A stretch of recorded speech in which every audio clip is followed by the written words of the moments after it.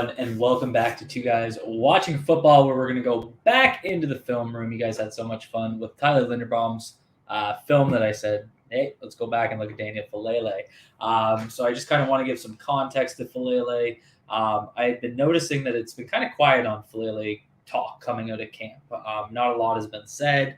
I think a lot of that comes down to the fact that he's just going to be a bit of a project. And I think we knew that. I think the NFL showed that in terms of him dropping to the fourth round. There was a lot of buzz around him as, a second rounder, maybe even sneaking into the first. Was heavily linked to a team like the Bengals that, with that pick 31 that they had, that they could, grab him and get him in their system. So I think, now we're kind of seeing just how raw he is. And I think that's okay. I covered it really well in terms of his background when I did my film room before the draft on him. But he's only been playing football for a few years. And obviously what you're doing with a Daniel Faalale pick is investing in unteachable tools. You can't teach someone to be 6'9", 360 pounds, 380 pounds and move the way he does. So that's really what I kind of see going on. And so when I've asked kind of guys that have been at camp, so, the usual suspects that are there, it's been actually quite positive. A lot of talk about, his work ethic. He's kind of one of those guys that's the first on the field, last off. He's working hard. He's getting better. And we're going to see tonight when we get into the film that, where he needs to improve is exactly what we saw in his college film. At Minnesota, for context that didn't watch that film room, I'll try and sum it up quick. That Minnesota offense, especially last year, because he didn't play 2020. He played 2019 and 2021. That specific 2021 offense was very play action heavy. And when he was doing pass sets, it was a lot of 45-degree sets and not very much vertical sets. And when he struggled when he got to the Senior Bowl, pretty much every rep that went viral, those clips that went up of him getting jacked up, almost every single one except for the Jesse Luketa play action play was him doing a vertical set. So why is that important? If he's new to football, and I mean didn't even play a full high school career, then he gets to the University of Minnesota and he's still not doing things that he's going to be asked to do at the NFL level, there's going to be a learning curve. And so we're going to see tonight some of the key principles that kind of come with developing a good vertical set and pass protection. So for those wondering, I'll try and sum it up really quickly. There's other names and variations to this, of course, but there's three main pass sets for offensive linemen. There's a quick set, which is typically you're getting out on your guy right away. You're trying to close distance as fast as possible, get your hands on a guy in the rep. There's a 45-degree set, which is exactly what it sounds like. Think of the quick set. If these are my 2 feet and this is the line of scrimmage, my steps in a quick set are going to be bump up. Okay. I want to get to my guy quick. 45-degree set, I'm going on a 45-degree angle. And a vertical set, it's exactly what it sounds like. I'm going vertical. Purpose of the vertical set is to create that time and space for some of these speed rushers that are crazy in the NFL to take away the inside by angling on them and forcing them outside of you. And then when they kind of get to the arc of their rush, you're hitting them with their punch. So that's kind of what we're going to see here tonight. And the good thing is the Ravens are clearly working on with him. His improvement is notable. It's still not there yet, and we'll look at exactly why. But I was very encouraged looking at what I can assume Joe Delisandris is working on with him quite frequently.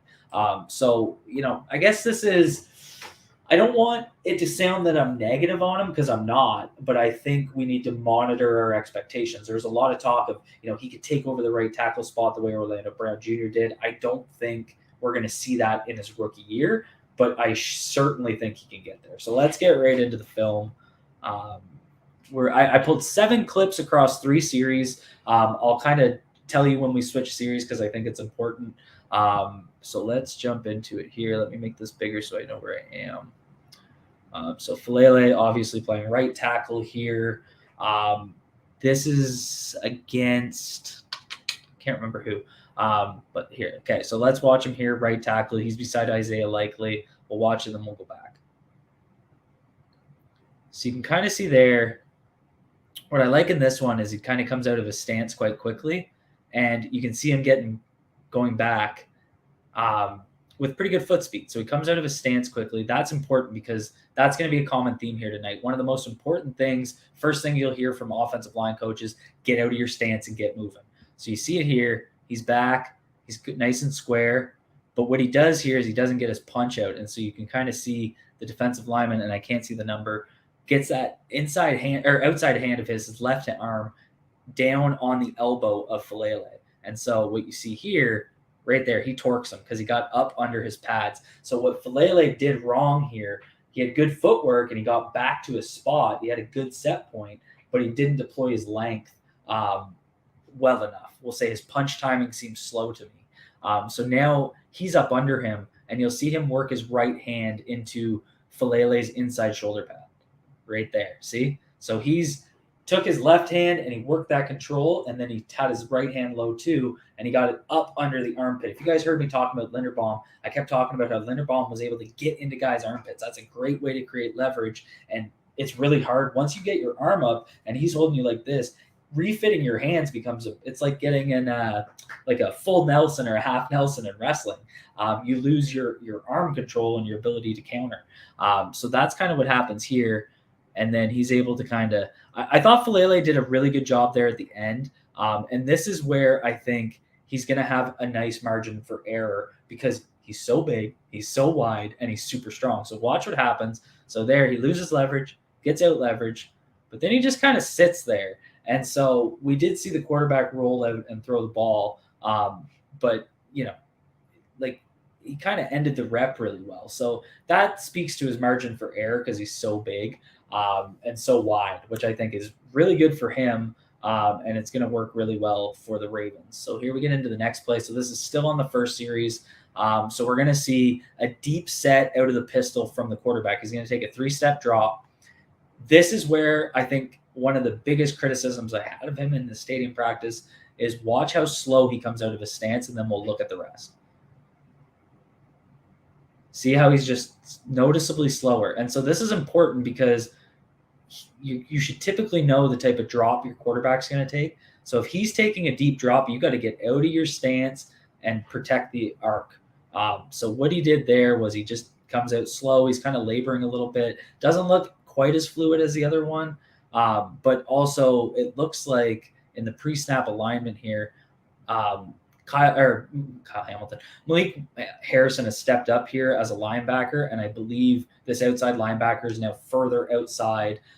So on the last play, Isaiah Likely would have been here, and he was basically lined up as a 5-6 tech. Now it looks like he's outside of where Likely would have been, which is a 7, moving into the 8 tech. So that wider distance means that vertical set needs to get deeper, and he needs to get there quicker. And he just didn't on this one.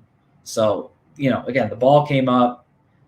Not a huge deal. Completion. Nice catch by Isaiah Likely. But you can kind of see the difference in the set points there. And I think one of the key things for him is getting out of that stance quickly, getting to your set point, deploying your length. These next 2 plays are going to be on the second series of the stadium practice where he played. So he's on the far side of your screen now. Let's get this going here. I believe he's against Oweh on this one. So much better here. So go back. He's got really, really good depth. And one of the key things here, when you have a really good vertical set and guys are attacking your edge, which happens to these slower offensive tackles, one of the best techniques you can do is as you're setting backwards and they try and bend your edge, you take your, let me make sure I'm explaining this right. You take your inside hand and put it on their inside hip, and then ride them out of the back of the pocket. So as they're trying to pass you here, if you guys can look at my screen, you take that inside hand, put it down, and then ride them out. And he kind of does that here a little bit. It's not quite the same, but watch. So there he's got a good set. See how he's nice and square. That's really important too. He's nice and square. As he gets there, he just leans down on him. And so you can't see it here, but that left hand of Daniel Faalale is on the lower back of the edge rusher, and he just washes him out the back of the pocket. When he's got him down like that, he can't really counter back because if he tries to keep going around, Faalale is just going to stay with him. And if he tries to come back across, he's trying to go across Falale's entire weight. So this is a really, really good play from him. I think the key here is he gets out, he gets square, And then as the edge rusher, you can see he's got his right hand up there. He's trying to get up and under to try and dip Faalale under his punch. And when he does, Faalale really nicely gets his hands down low. He's got that inside or that outside hand on the chest plate, and he's got his inside hand on the lower back, ride him out of the back of the pocket. Really nice play there. So that's really encouraging. That's what we want to see from him more often. When people talk about the comparisons to Orlando Brown Jr., stuff like that is what Orlando did masterfully. He was consistently squaring guys up and getting them he's basically inviting them to bend his edge so that he could do just that, just lean on guys, get his hands where he needed to have them, and then he was too wide, too big, too strong to counter against, and that's what Faalale did right there. So I think we see here a pressure given up. So this is, again, second series. I think this is Owe. I can't remember. And so you can see it looks like Owe's first step. So watch that right there in the first step. Defensive lineman just so much quicker than everybody else. And Faalale gets out okay, but you see right there. So again, depth in the vertical set, quickness out of your stance. That's really the issue here. Nice recovery. See right there? That's 51. Oh, I think that's Moon, kid out of Florida. Sorry, I thought it was Owe. These helmets throw me off. So I thought the recovery was really nice. I would still say this counts as a pressure allowed because it forced the quarterback to move. But nice recovery right there. Again, pushing him around that arc. Nice step up by the quarterback. Ball comes out. I think it's Brett Hundley in there now. But you can kind of see the main issue again. Depth coming out, quickness coming out of the set. So good recovery, bad initial set. These next three are on the third series. I think we see a really nice one here. I think this is against Chuck Wiley, who has the white leg sleeves here. See how much quicker he's out of his like it's night and day. Watch how quick he comes out of his stance. He's already back. Nice, and see how his hands are low. Nice and patient. Lets the defender come in right there. Boom. That's a thing of beauty. Different type of rusher, obviously, when you're looking at a Chuck Wiley. But this is really what we need to see from him. Quick out, back, nice and low, square, perfect. Can't ask for much better than that. Nice catch by Shamar Bridges. This one's kind of a weird play because the camera angle, but I wanted to look at this one. I think it's the exact same deal. Yeah, same deal. Much quicker out of his stance, squares him up, builds his house, deploys his length. Inside hand's a little high, but that's okay. And then right here, he drops. See? Easy peasy. I like those two back-to-back because it really shows what you want to see out of him more consistently. I think it's clear as day in those two plays compared to the first one, sorry. And then I think we see a rough one here. Yeah, see, he's kind of laboring again. This is just, this shows the difference in the quality of pass rusher. No offense to Chuck Wiley, but he just isn't able. Watch how slow he comes in. See, he's slow. But Wiley wasn't really trying to bend his edge there. So those are the only clips I threw together in this one. If you guys have questions, feel free to drop them. I'll go through the chat right now. So I think that's a good summary of kind of my feelings. I think you can see in these 7 plays some very clear areas where he needs to improve. But I think you can also see some very clear strengths and reasons that I think he's going to get there. I am very excited to keep watching him. I think he's the type of guy that should be playing in every preseason game, like the whole second half. No reason he should be coming out. He needs all the reps he can possibly get. I think it's let me check here. Let me check from Dawn. In the stadium practice, I noticed, Coach, on each side of Linderbaum, they had a strap just behind the line of scrimmage under his feet. Why were they doing that? I'd have to see that. They had a strap just behind the line of scrimmage under his feet. I'd have to see it. Could be something to do with his footwork coming off the line. it's tough to say. I'd have to see it. I'll go back and look and take a, if you see it and you have a timestamp for where they're doing it by chance, obviously DM it to me and I'll take a look. I think it really says something that Faalale didn't have any trouble with the conditioning test despite his size.